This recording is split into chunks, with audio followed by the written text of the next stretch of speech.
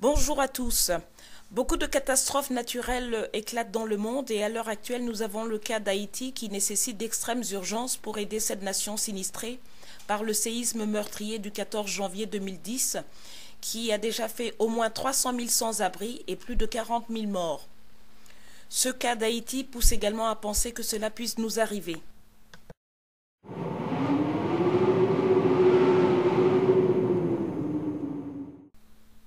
Dans la soirée du 21 août 1986, le lac Louvi ou encore lac Nyos, situé au nord-ouest du Cameroun, explose et libère près d'1 km3 de dioxyde de carbone. Bilan total de cette éruption libnique, 1746 morts et 3000 personnes obligées de quitter leur domicile pour être parquées dans des camps.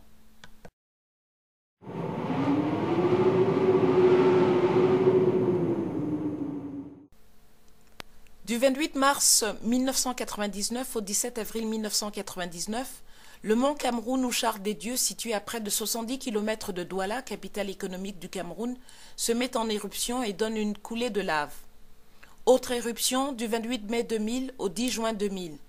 L'éruption débute par des secousses sismiques ressenties dans les localités voisines de la ville de Buea, où est situé le mont. Il est à rappeler que le mont Cameroun est un volcan encore en activité, d'une altitude de 4095 mètres, et il est le point culminant de l'Afrique de l'Ouest et classé parmi les volcans effusifs.